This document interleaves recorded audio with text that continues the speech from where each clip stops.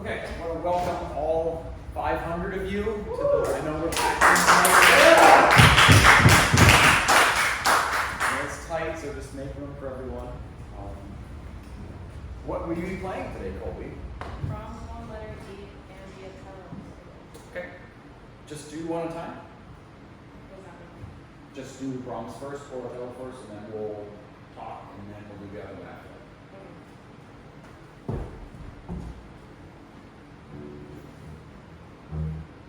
Every year.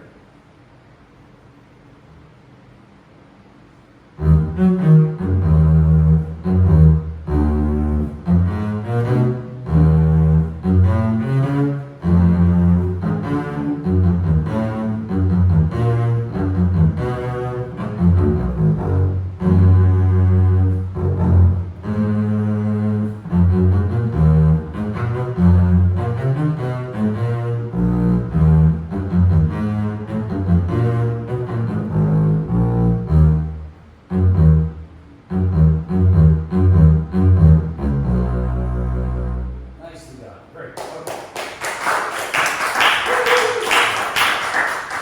Cool. Great. That sounds really, really good. There's not a ton to talk about. Mostly, I would say we focus on note lengths and just making sure that we're really consistent throughout the whole thing. Intonation's consistent. Your tempo is really nice. That's not really a problem at all. Okay. So some of the stuff that you're making a little lyrical could be a little more consistent. So.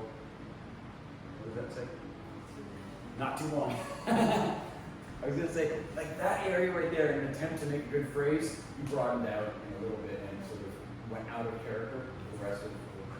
So just start it again and give that a shot. Try to keep it a little more consistent.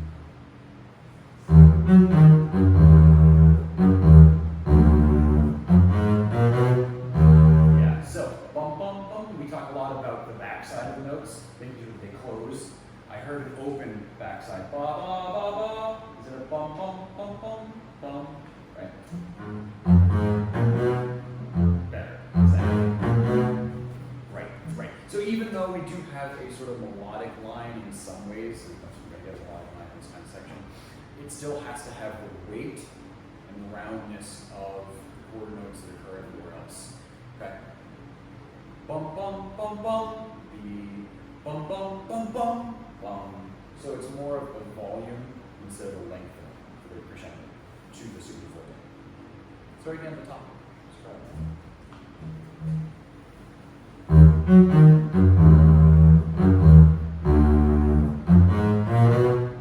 So bum bum bum bum bum.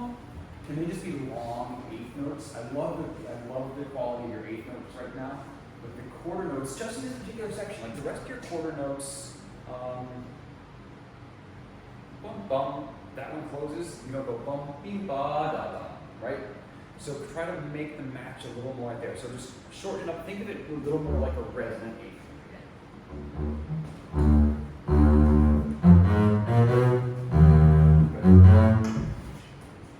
So lift.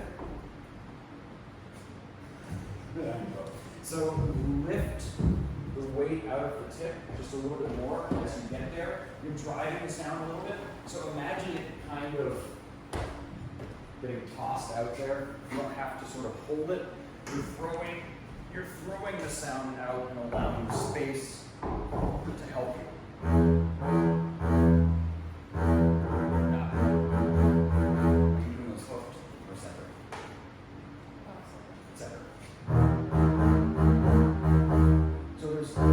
Length but release.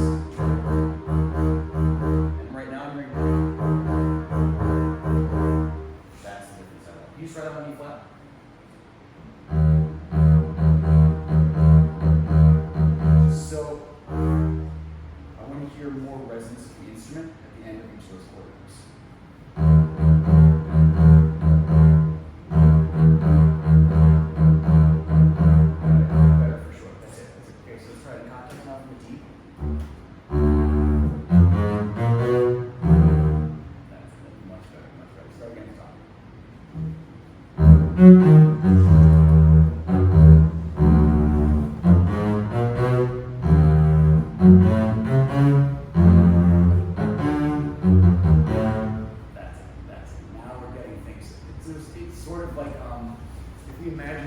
painting. All of a sudden you've gone from watercolor to oil, and it just sort of doesn't make any sense. It just sort of sticks out in a way that takes you away from the music. Great. Let's just check out those opening pitches. Go bum bum bum bum. It's hard, but can you get some vibrato on that E flat and make it really beautiful? Bum bum bum bum bum. Yeah, exactly. Don't forget that even though it's a cold start, it's one of those excerpts that's just sort of like, wow, you don't get to sort of ease your way into it. You've got to make sure that everything is switched on right off the get-go. Okay, good. Let's go through, and I'd like to focus on some of the indicated super fortes, accents, making sure that there's some difference in the tone color there, that you're coming out of the texture to highlight those. Right now, they're still a little bit within the texture of everything. Okay, so let's just start from the top again and try to focus on where the accents are and where the changes in dynamic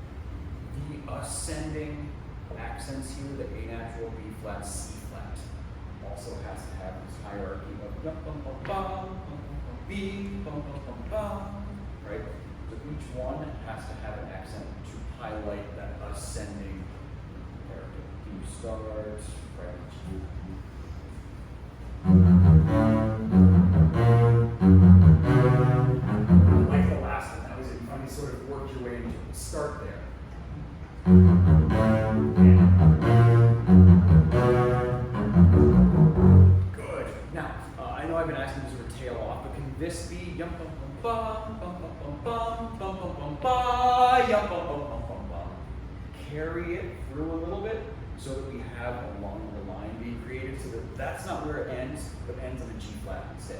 Ba, yum, bum, bum, bum, bum, bum, bum, right, and then it restarts. Try again from the beginning of that sequence, but don't drop off the C flat. Push through.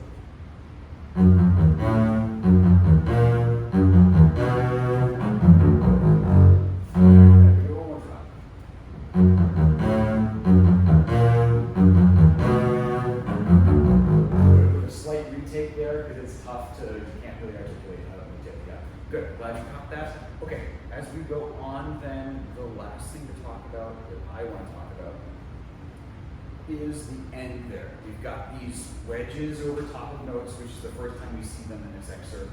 We don't have those anywhere else. So do you interpret them as very secco and dry? Is that a fair? I agree. I think that's really nice. The problem is I feel like you get there a little early. Yum, bum, bum, bum, bum, and that has to be yum, bum, bum. It releases, it's attached to the old phrase, not the new phrase. Okay, so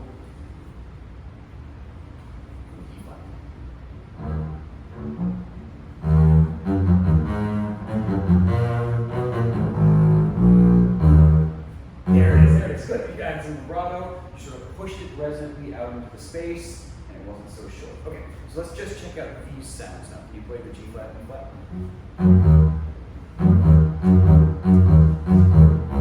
Good. Can you still make them beautiful and resonant? Can you vibrate them? So what we're looking to vibrate here is the resonance.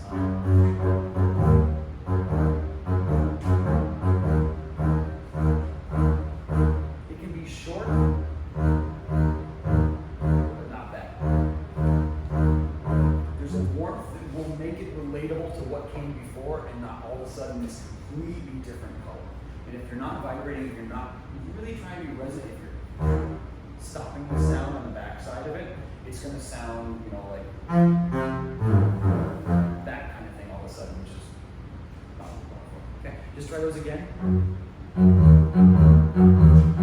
Good, I love that. I love it. Okay, so now trust the vibrato is going to be there in the rests, and you can remove the bow and vibrate the resonance, not the actual activation of the string.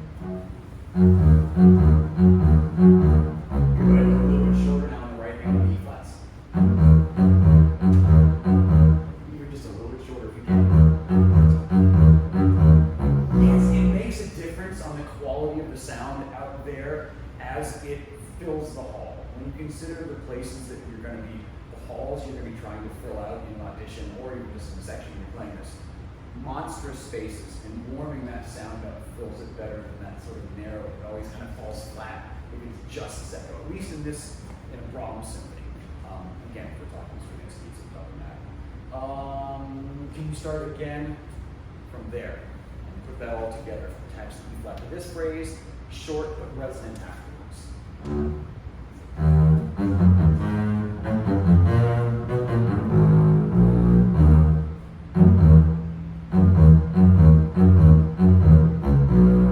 Now let's try to bump up the intensity of those bump, bump, bump, bump. A little more weight and sticky start to the wedges. Just in the G flat.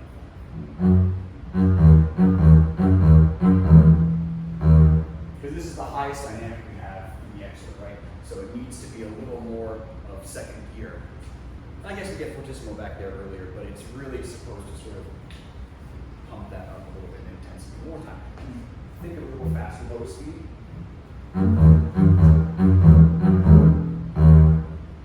Yeah, go a little crazy. Get a little faster, low speed. If we scratch.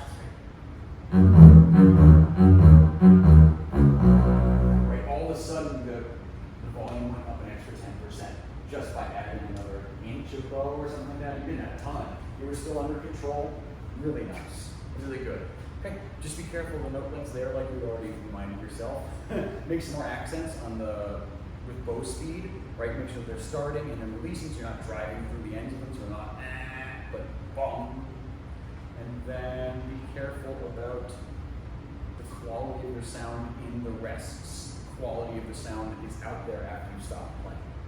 Good, that sounds fantastic. Nicely done. Okay, let's hear Edythe.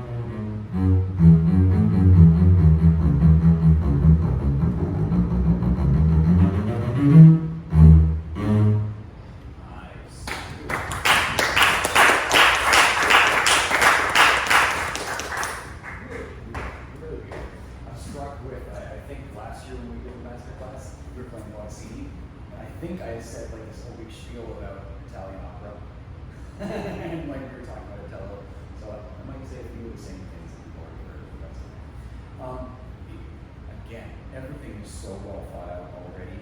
Really beautiful, elegant, poised, under control, excellent. So it's just a question of, can we make it more operatic, more dramatic, more sort of soloistic? Okay. Starting at the top, the accent here is one of those weird things of debate along with the mute. What do we do? My preference and my understanding of the accent is that it is to make sure we have a clean start to the sound. We're in a pit somewhere and we're being accompanied and it's, all of a sudden a bass solo. Nobody can hear if you play piano and try to sneak your way in. So it's an easy way to just say, start your sound. Start your sound clearly. That's it. Not somewhere on like beat 2, nobody knows where the sound starts. Just a clean start, doesn't have to have any wah to it. Unnecessary.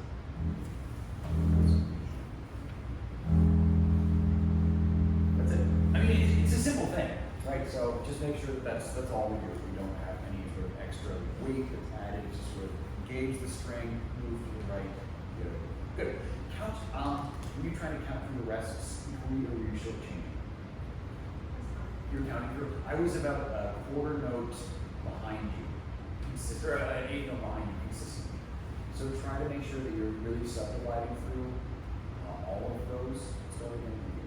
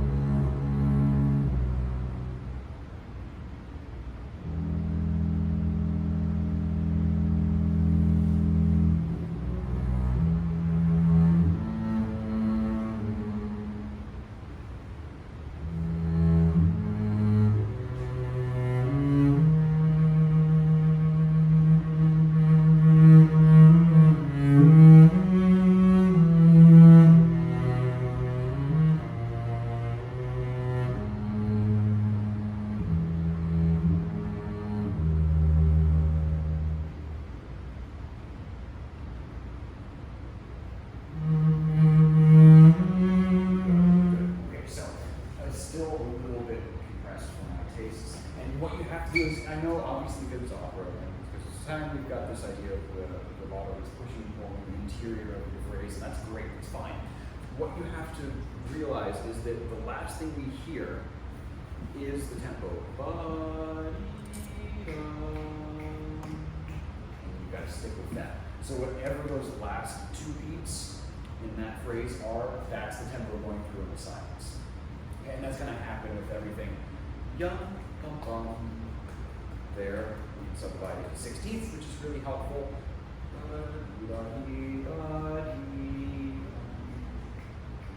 Right, so just always sing back, or you can even sing da dum, dee, dum, da da dee, bum bum bum.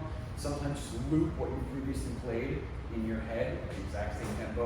It'll help sort of just space everything correct. Really good. This opening slur here, the E to A, you do such a nice job hiding your slur, or hiding your shift, so their slurs. It's really clean, but could you perhaps let it be more expressive?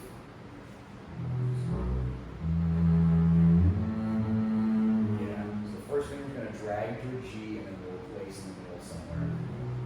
Do this for me. Show me bad taste.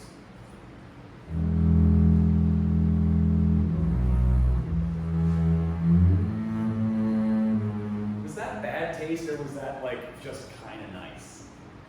Who thinks that was bad taste? Yeah. What do you mean by bad taste? Like so far out of character that it was too much slide. Inappropriate for this style of music, or inappropriate for any style of music. It was fine. It was fine. We're getting sort of like mixed reviews from the panel here because it was a bold choice for sure. It was not safe, it was a little bit much, right? That's a little extra if you make a shift like that. But nobody here was like, nah, I hate that. It's all kind of like, you kind of like it. It's really expressive. All of a sudden, you know exactly what you're going for. You know who you are. Someone who wants to be very expressive when playing Italian music. I want to talk a lot of hands. It's a good thing. Okay. You can dial it back a little bit if you want, but making those choices right away sets up everything that's going to come. You know, that expectation of, oh, okay, there's going to be a lot of big dramatic play. If you want to still hide it and keep it to yourself, that's okay, but make a choice. You know what I mean? Like, if you choose to hide that shift because it's still ultra piano and you don't want to let the cat out of the bag yet, cool. Okay. Try it one more time. Make a shift that you think is elegant and beautiful and expressive in a way that you like it, and keep going. Start with a second.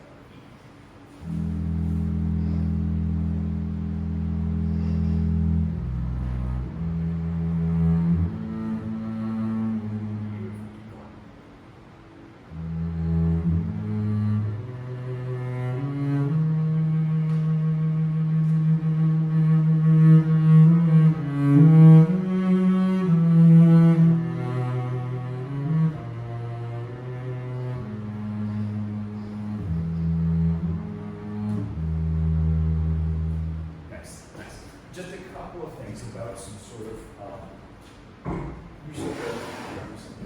Bring it off from your part.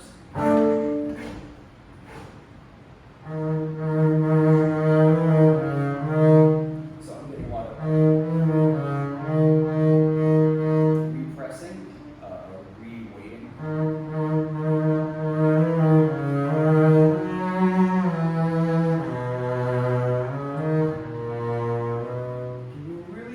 Slur without adding any sort of vibrato on that.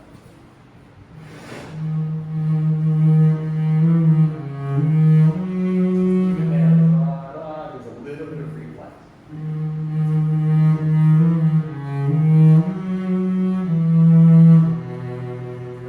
Now, if you're splitting the G flat, which is fine.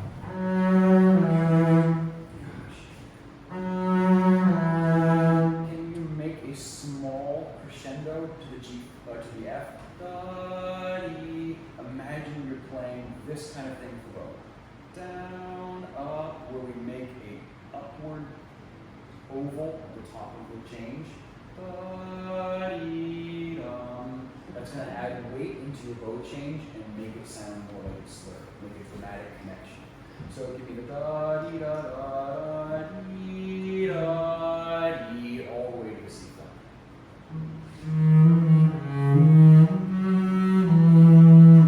Much better. I like that a lot. Can you slow the bow down a little bit, give a little more give intent to your weight. Right now the speed just didn't have any intent to it. I kind of saw it. The same speed. Slower speed, more intent. Not changing the weight.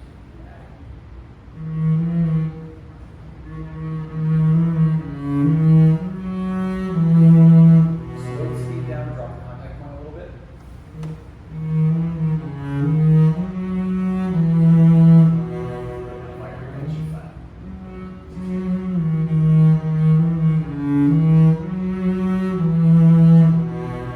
Good. Now don't drop E flat here. Instead, it all goes through da dee da da da dee da dee all the way to C flat. Yeah, that one drop. It's because there's a lot of bow speed, and so at your bow change, there's a little bit too much speed to make that change really stable. So slow the bow speed down just a little.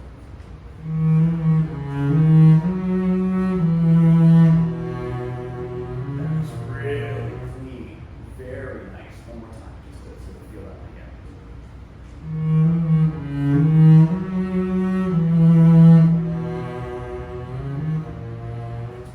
Beautiful playing. Just be aware sometimes that one gets a little dead. Da dee da dee and dee dum. Okay. Let's go.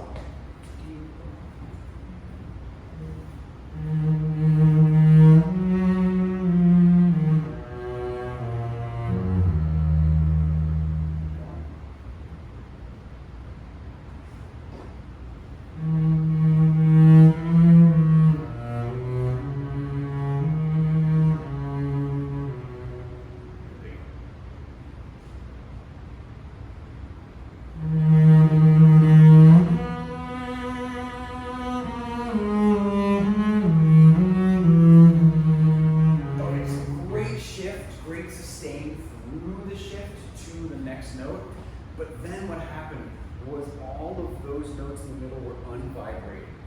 Dee da da dee da dee da da dee. Yeah, and you really keep the intensity through there. I dislike that diminuendo.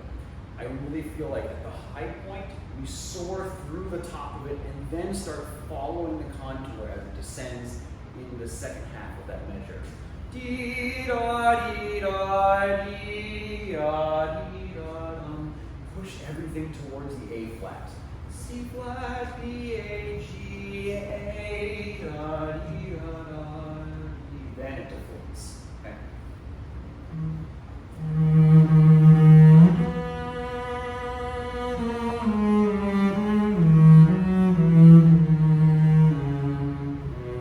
Much better, much better, much better.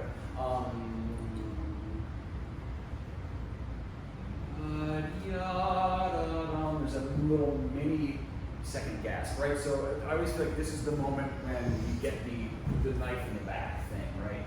Finding the big dramatic moment of this whole scene. Bum, bum, bum. Whack. Da, dee, da, da, dee. Ya, dee, da, dum. Right? We get a little secondary climax right there to the E flat to the G flat. Okay? So take your time there. Don't be in a rush to get out of this phrase. If anything, be elongated as much as you can. As far as you can stretch this is the best possible scenario. Okay? One more time.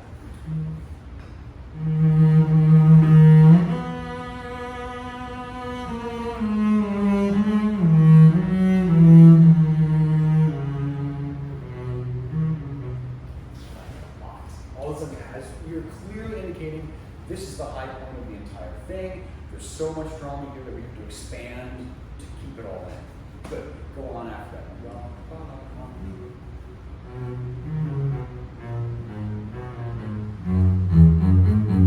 Okay, that got dramatically louder right away.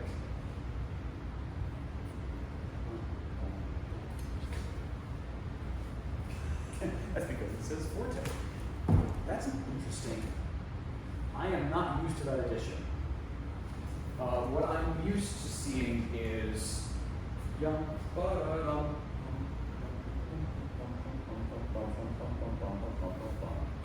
is something that dovetails a little better. Doesn't make sense for me to kind of go through this long innuendo and piano just to forte all of a sudden.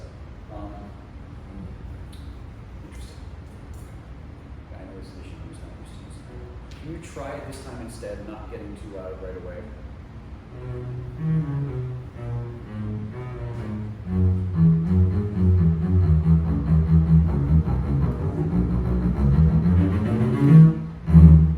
Now, good. Can you give me more volume once you get to the crescendo?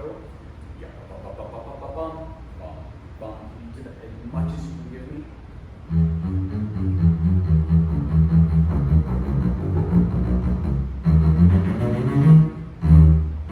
Just try to bum, bum, bum, bum, bum, bum, bum. There it is. Fine. That's it. That's it. That's a big difference from where you started just 2 tries ago.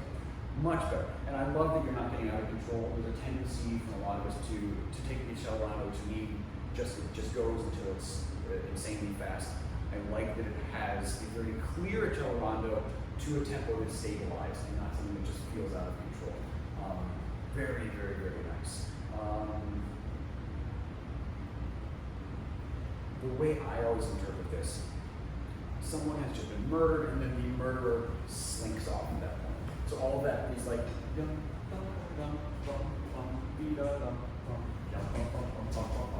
it's a lot of scurrying, it's a lot of looking for escapes. So if it's too loud, too quick, we're kind of missing that flow of leaving the scene, which kind of gets swept up and moved instead of just sort of jarringly happening. Really good. Really beautiful. So just keep as expressive as you can and spread those things out. Don't be afraid to take your time in the middle of phrases.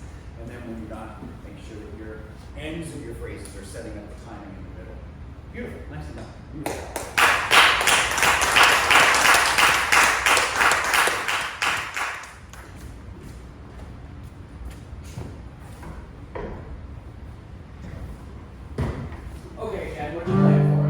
I'm going to be playing a piece that you probably never heard before.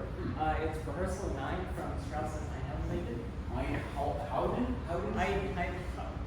Something like Heimburger or something. Is this new? Yeah. Edythe is Yeah, I heard it like yesterday. Okay. And then I'll be doing the third movement of Super 9. That was a little more complicated. You started stressing. I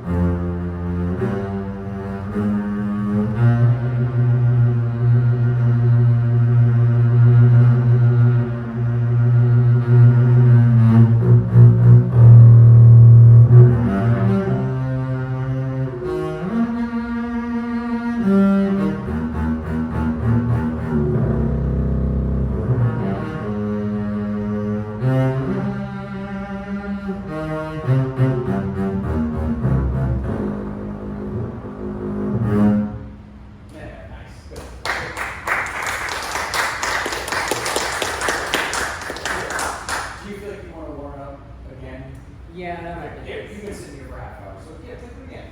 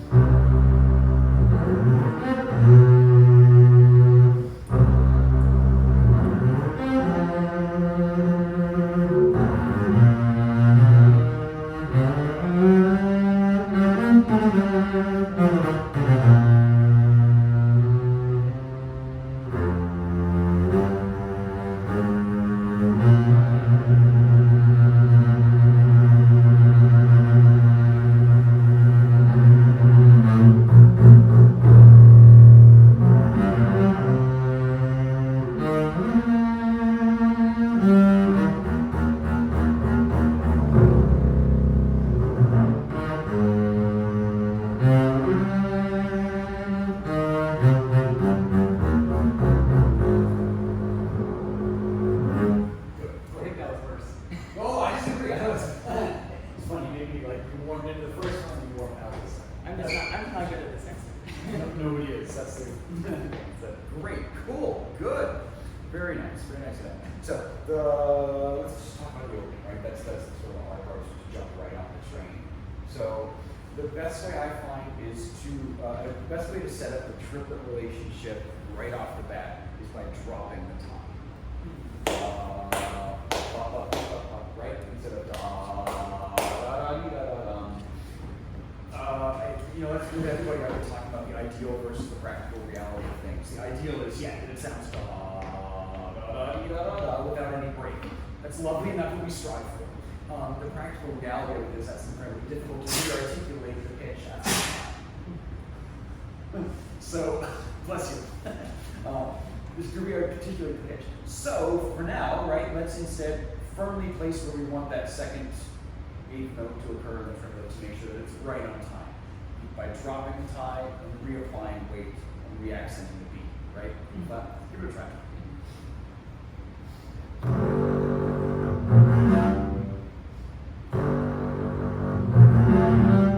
Perfect. Right now you've got a clear really good, really good. Okay. So I like that you are reapplying weight to each pitch. It makes it really easy for us to hear where they are. And so we're not a big pitfall in this is that they all sound sloppy and kind of muddy, and you can't tell what pitches. It's just kind of a word. This is great. We're really clean. Okay. So now the task for you is now to relax each pulse into a sweep. So try it again the way you've been doing it. So just feel how you're used to replacing the weight in each one first.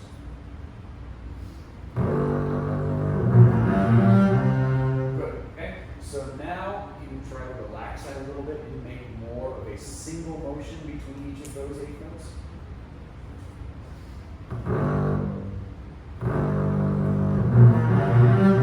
Good, you're gonna try. Good, I want to watch your fingers.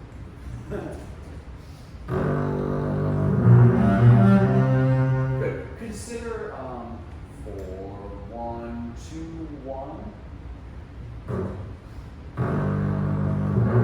One time. Back to your old finger. So the lovely thing I like about shifting first is it gives us that instinctive break between the tie and the B flat. If we're just crossing, we can get trapped in the blah, and we don't grab the B flat because we're changing strings right away. Or excuse me, the B flat to B flat. We're changing 3 strings and 3 notes. Instead, adding a shift sort of calms everything down a little bit and gives us a chance. Yeah, we get more time to worry about making that total sweep. It's a little slower motion on the right. Just try that again with the shift of the weights.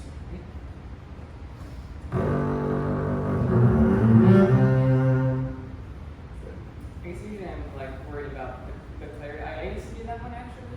But I usually get kind of gargled up here, especially like that. So, but yeah, you are right. I do tend to. So let's just, okay, good. I like that you were sort of aware of some of the difficulties of different fingerings. So the answer then, instead of changing fingerings, is to just make sure you're grabbing the B flat and E flat right in time. Just that much. Just for you.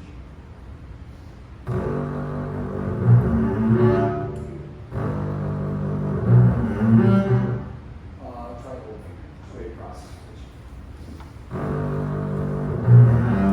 Good. See, when you replace the weight, it's really good, but it sounds a little. Okay? So it's got to be just lift a little bit of weight, not a total sweep, just a little bit less replacement of the weight in each note. Good. Also, this might, it's not really relevant exactly, but you're having a tendency to start above the string. Just start the pitch on the string, right. Weight in, right. Not any sort of extra motion that's going to give you some variable that could cause problems right off the bat. Just start with regular old mezzo forte sound.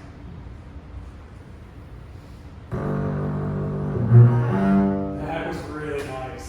Really nice. So again, stabilizing, it's so weird that sometimes a pitch that was a few pitches before will affect what comes up next. Simple. If you have to feel like there's an up and down weight to the start of it, instead of having it in your hand, just have it in your body. Yeah, good.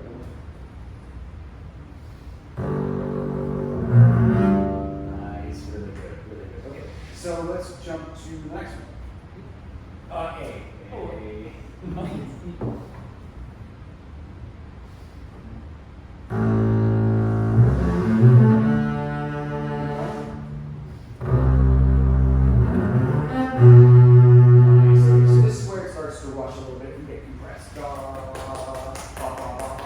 There's a little more time than you're giving yourself. So make it easy. We all rush when we're getting older. So it's the stupidest thing, right? Why would we rush? Well, that's what's happening. It's really fast. So, okay, spread them out a little bit. Right? From the C.